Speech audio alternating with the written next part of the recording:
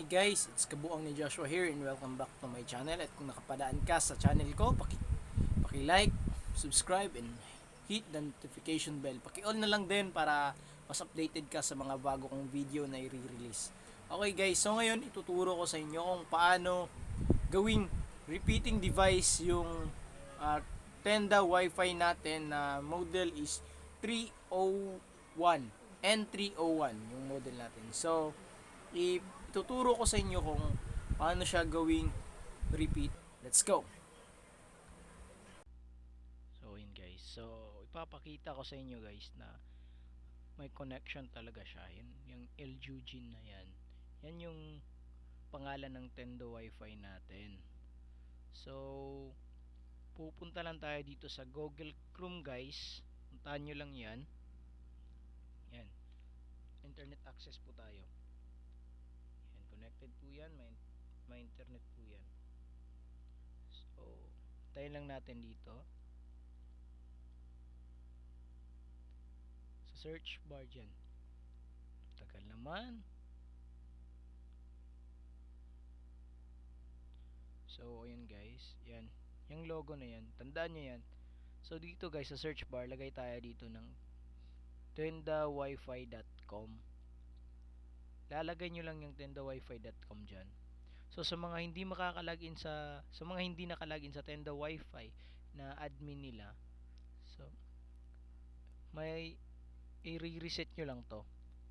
Yan, pindutin nyo lang yung may arrow dyan. Yan, pindutin nyo 8 seconds. So mari-reset na yan. So ako di ko na kailangang i-reset kasi alam ko naman yung password. Yan.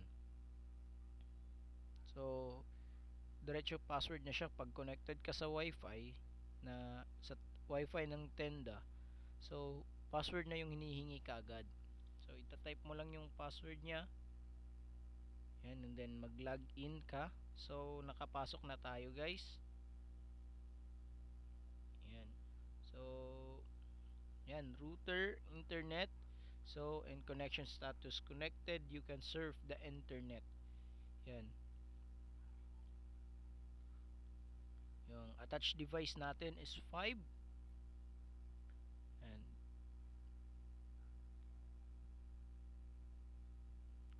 5 attached device natin.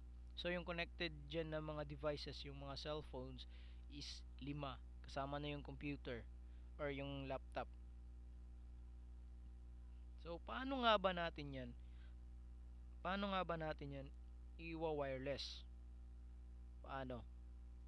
So dito guys, sa videong to is gagawin natin siyang wireless. Na di na tayo gagamit ng UTP cable. So pindutin mo lang yung wireless repeating. So pagkarating mo sa wireless repeating guys, yan, may nakikita tayo dito sa itaas sa display yung disable WISP, universal repeater and AP mode. So pipindutin natin yung WISP and then base station Wi-Fi name. So ito yung Slaughter Fighter. Yung base station Wi-Fi name natin is Slaughter Fighter. Dito yung password. So kung hindi ka pa di pa connected sa base station yung original na Wi-Fi nyo, so dito hanapin mo sa baba, and then lalagay mo dyan yung password. Yan. So okay mo lang, and then pagka okay niyan, may nakalagay na yan na magre-reboot yan, mamamatay yung mamamatay yung natin. So balik tayo dito sa internet settings natin, and sa connection type natin guys is dapat naka-dynamic tayo. No, naka-dynamic IP. And then yan, sa wireless settings natin, nakalagay dyan yung yung pangalan at password nitong Tenda Wi-Fi natin. So ito yung pangalan ko, LGUGIN. Yan yung password natin. So multi-SS ID, so disabled mo lang yan. And napakaganda dito guys sa Tenda Wi-Fi natin is meron tong parental controls. Yan. So kung magdamag na bababad sa internet yung anak mo, so pwede mo lang siyang lagyan ng curfew or tinatawag natin, pwede mo siyang i-control kung anong oras siya pwede gumamit. So Yan, hanapin mo lang yung device ng anak mo, yung cellphone niya or computer. And dito guys, allow access during. So, ito yung oras. Yan. And repeat dito sa baba, ito yung everyday, Monday yan. Saturday, kung anong oras lang siya pwedeng kumonek. So, yan guys. Dito tayo sa controls natin. Makikita nyo dyan. Sa advance, yung may martilyo, yan. Blacklist, tayong mga blacklist dyan. Pwede natin silang ano. Dito tayo. Dito sa status, yan. Makikita nyo sa akin kasi katatapos ko lang na i-wireless yung yung aking wifi. So, eto, makikita nyo. Prove ko sa inyo, talaga may wifi to is mag-YouTube tayo. Punta tayo sa YouTube. Yan. Connected siya. So, nakita nyo kanina sa picture is wala talaga siyang UTP cable na na-connect.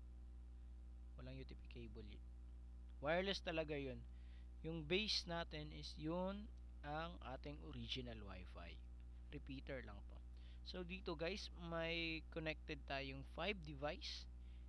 Yan, and may nakalagay naman dito na download speed. Ito yung attached devices, yung mga device na connected or nakakonekta sa uh, Tenda wifi natin. So itong Tenda wifi na repeater ko ngayon is ang connected device niya is 5. Yan. Dito, ito yung 266, yan yung download speed. So ito yung attached device natin. Pag pinindot mo yung attached device, may makikita mo kung ano yung mga device na connected. Yan, meron tayo dyang Oppo A5 III. Yan, marami. So Vivo 1812, Samsung, dalawang Samsung yan. And syempre yung ating desktop. Yan. Ito yung native device. Yung native device guys is kung saan mo inopen yung admin ng Tenda wifi mo. Yan yung native device natin. So yung native device natin is desktop kasi sa laptop ko inopen yung ating device. So i-off natin yan and then click mo lang yung OK and then save successfully. So yung device na yun is mawawala na siya ng connection. Yan guys. So apat na lang yung connected device natin. Yung native device natin, yung tatlong cellphones, yan na lang yung connected device natin. So hope na may natutunan kayo guys sa ating video ngayon. And please follow my page, Kabuang ni Joshua. And thank you guys.